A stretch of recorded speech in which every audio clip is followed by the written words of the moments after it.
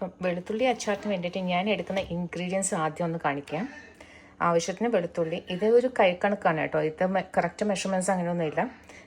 വാടിയ കറിവേപ്പില അതിൻ്റെ ഉള്ളത് ഞാൻ എടുത്തു വെച്ചിട്ടുണ്ട്. പിന്നെ പൊടികൾക്ക് വേണ്ടിയിട്ട് ഉപ്പ്, നല്ല എരിവുള്ള മുളക് പൊടി, അതിനോടൊപ്പം ഇച്ചിരി കാശ്മീരി ചില്ലി പൗഡറും കൂടിയുണ്ട്. ഉലുവ വറുത്ത് പൊടിച്ചത്, കായം, മഞ്ഞൾപ്പൊടി, നല്ലെണ്ണയാണ് യൂസ് ചെയ്യുന്നത്. ഇത് ഇച്ചിരി ഉള്ളൂ, അപ്പോൾ ഇത് തീർത്തിട്ട് പുതിയ ബോട്ടിലിൽ നിന്ന് എടുക്കും. പുളിപ്പിന് ഇച്ചിരി വിനാഗിരി. അപ്പോൾ ഇതൊക്കെയാണ് ഇതിൽ എടുക്കാൻ പോകുന്നത്. ഏതായാലും ഞാനൊരു പാന് ചൂടാക്കാനായിട്ട് വെച്ചിട്ടുണ്ട്. ഇത് നന്നായി ചൂടാവുന്നുണ്ട്. ഇതിലിനി എണ്ണ ഒഴിച്ചു കൊടുക്കാൻ പോവുകയാണ്. അപ്പം ഈ ബോട്ടിലെ നല്ലെണ്ണ ഏതായാലും എനിക്കൊന്ന് തീർക്കണം. എത്ര വരുമെന്ന് അറിയില്ല. പിന്നെ അതിനനുസരിച്ചിട്ട് വേണ്ടത് ആ ബോട്ടിൽ നിന്ന് എടുക്കണം. ഇച്ചിരി ഉള്ളൂ കേട്ടോ, വേണം അത്. കാരണം അച്ചാറെന്നൊക്കെ പറയുമ്പോഴത്തേക്കില്ല ആ എണ്ണയിൽ അങ്ങ് കിടക്കണം, അല്ലെങ്കിൽ ദാറ്റ് ഇസ് നോട്ട് എൻ അച്ചാർ ഫോർ മീ. കടുക് വറുക്കാനായിട്ട് കടുക് എടുത്ത് വെച്ചില്ല. ഓക്കെ, ചെറുതായിട്ടൊന്നാവട്ടെ. കൂട്ടത്തിൽ കുറച്ച് എണ്ണയും കൂടെ ഒഴിച്ചു കൊടുക്കാം.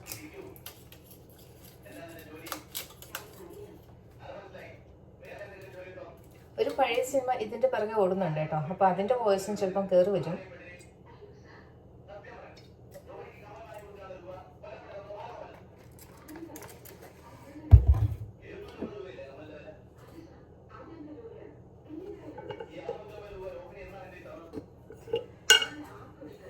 ഏതാണ്ട് ചൂടായിട്ടുണ്ട്.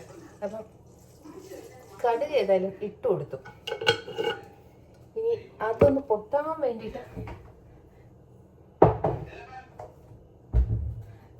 എല്ലാം കൂടി തീർക്കാൻ തോന്നുന്നു കേട്ടോ. ഏതായാലും ഇതിലേക്ക് വെളുത്തുള്ളിയും കൂടി ഇടുവാണ്.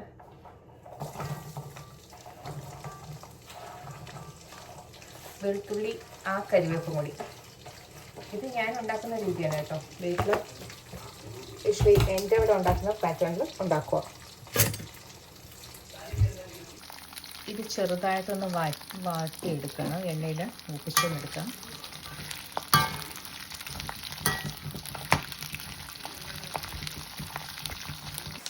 ഏതാണ്ട് ഇതുപോലെ ആയിട്ടുണ്ട് കേട്ടോ. ഇതിൽ തൊലി ഞാൻ ഇടയ്ക്കിടയ്ക്ക് ഓരോന്നും വരുന്നുണ്ടായിരുന്നു. എല്ലാം കറക്റ്റായിട്ട് തൊലി പോയിട്ടില്ല. അതിനെ കൂടി ഒന്ന് പിച്ചെടുത്തത് ഇത്രയും കളക്ട് ചെയ്ത് വെച്ചിട്ടുണ്ട്. ഇനി വരുന്നതനുസരിച്ചിട്ട് എടുക്കാം. ഓക്കെ,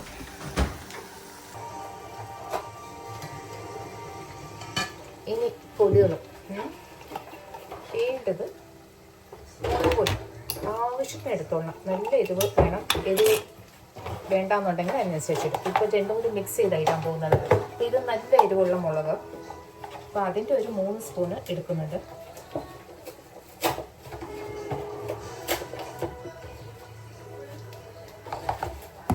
ഇതിനകത്ത് കുറച്ചുണ്ട്, ഏതാണ്ട് ഒരു 3 സ്പൂൺ വരും. അത് മൊത്തം ഒന്ന് തട്ടി കൊടുക്കുവാണ്.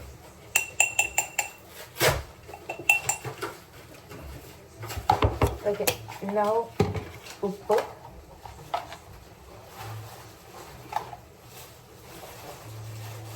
അച്ചാറാണ്, ഉപ്പ് വേണം, കിടക്കേണ്ടതാണ്. ലൈക്ക് ഒരു ദിവസം കൂടെ തീരേണ്ട ഇതല്ല. മഞ്ഞൾപ്പൊടി 1 സ്പൂൺ. ഇനി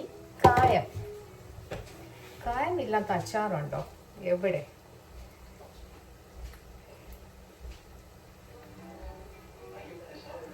ഇത് ആവശ്യത്തിന് വേണ്ടി വരും ചിലപ്പം. ഉലുവ വറുത്ത് പൊടിച്ചത്. ഇതിൽ ആ സ്പൂൺ കൊണ്ട് തന്നെ ഒരു 1/4 സ്പൂൺ ഇടുവാണ്. തിളപ്പിച്ചാറ്റിയ വെള്ളവും കൂടി വേണം, അതും കൂടി കുറച്ചെടുക്കുന്നുണ്ട്. എന്നിട്ട് ഈ വിനീഗറും കൂടി മിക്സ് ചെയ്തിട്ട് ഇടാൻ പോവാണ്. പക്ഷെ അതിന് മുമ്പ് ചെറിയ തീയിൽ, അതായത് തീ അടച്ചിട്ടുണ്ട്, ആ ചൂടിൽ തന്നെ ഒന്ന് സെറ്റ് ആവട്ടെ. ഓക്കെ, എല്ലാം കൂടി ഇട്ടിട്ട് ഇതാണ് ഇപ്പം നിൽക്കുന്നത്. ഒന്ന്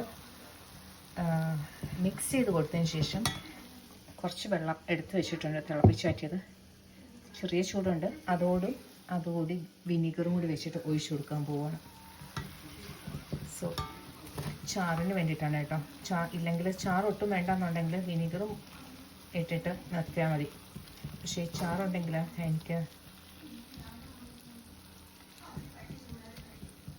എൻ്റെ വീട്ടിലെ കാര്യങ്ങൾ ഓടണമെങ്കിൽ ഇച്ചിരി നീട്ടിയെടുത്താലേ പറ്റുള്ളൂ ചില സമയത്ത്.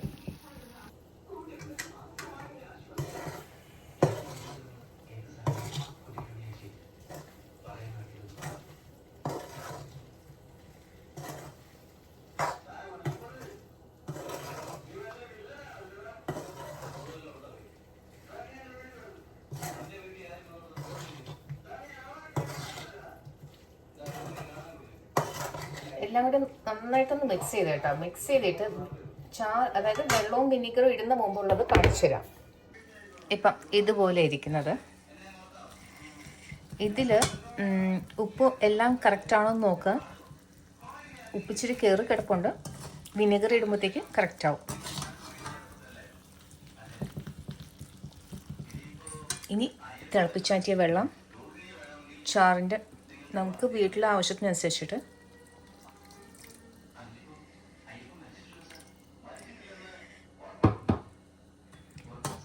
ഇത് എത്ര എടുത്തോ അതേ മെഷർമെൻറ്റിൽ വിനീഗറും കൂടി എടുക്കുവാണ്.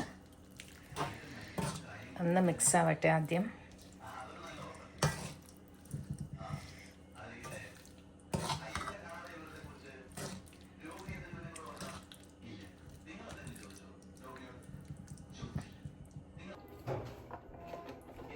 വിനീഗർ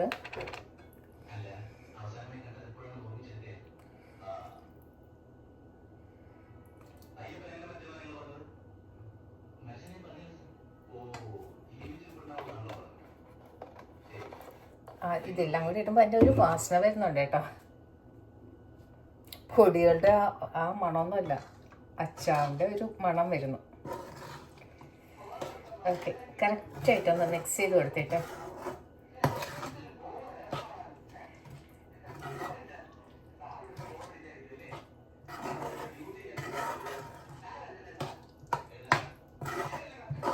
ഇങ്ങനെ ഫ്ലെയിം നിർത്തി വെച്ചിരിക്കുകയാണ്. ഇനി ചെറിയ ഫ്ലെയിമിൽ കുറച്ച് നേരം വെച്ചിട്ട്, കാരണം ഇതെല്ലാം ആ എണ്ണയിൽ പൊടികൾ ഇടുമ്പോഴത്തേക്ക് അതങ്ങ് കറക്റ്റ് ആവും. പിന്നെ കൂടുതലൊന്നും ചെയ്യേണ്ടത്, തിളപ്പിച്ച വെള്ളമാണ് ഇട്ടിരിക്കുന്നതല്ല, തിളപ്പിച്ചാറ്റിയത്. ആ പച്ചമണമൊക്കെ മാറും. അച്ചാറല്ലേ, എണ്ണയിൽ വിനീഗറിലും ഉപ്പിലൊക്കെ പിടിക്കുമ്പോഴത്തേക്ക് എല്ലാം കറക്റ്റാവും. അപ്പം എൻ്റെ വെളുത്തുള്ളി അച്ചാർ ഇപ്പോൾ തന്നെ കഴിക്കാൻ കേട്ടോ. ഏതാണ്ട് ഇതുപോലെ ആയിട്ടുണ്ട്.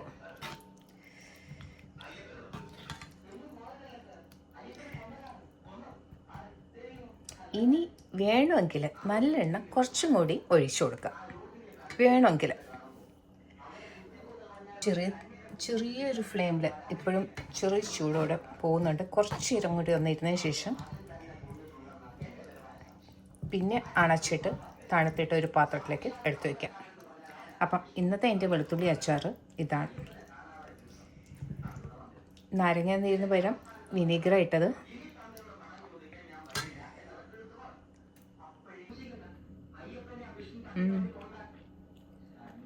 ഉപ്പ് കുറഞ്ഞ പോലെ തോന്നുന്നു, പുളിപ്പിച്ചിരി കയറി കിടക്കുന്നൊരു ഫീല്. അപ്പം ഏതായാലും ഞാൻ ഒന്നുകൂടി നോക്കിയിട്ട് ഉപ്പ് വേണമെന്നുണ്ടെങ്കിൽ ഏറ്റെടുക്കും. ഇനി വേറെ ഒന്നും ചെയ്യാനില്ല, അച്ചാർ റെഡി. കുറച്ച് ദിവസം എല്ലാ പിക്കിൾസും തീർന്നു. ഉണ്ടാക്കുന്ന പിക്കിൾസൊക്കെ തീർന്നു. ഞാൻ തന്നെ എടുക്കുന്നത് ഏറ്റവും കൂടുതൽ. പിന്നെ ചോറിൻ്റെ കൂട്ടത്തിൽ ഇതൊക്കെ ഉണ്ടെങ്കിൽ എമ്മി ആയിട്ട് പെട്ടെന്ന് ഫുഡ് ഇറങ്ങും.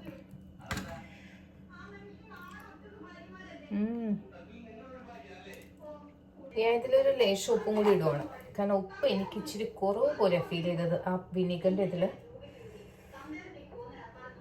അപ്പം ലേശം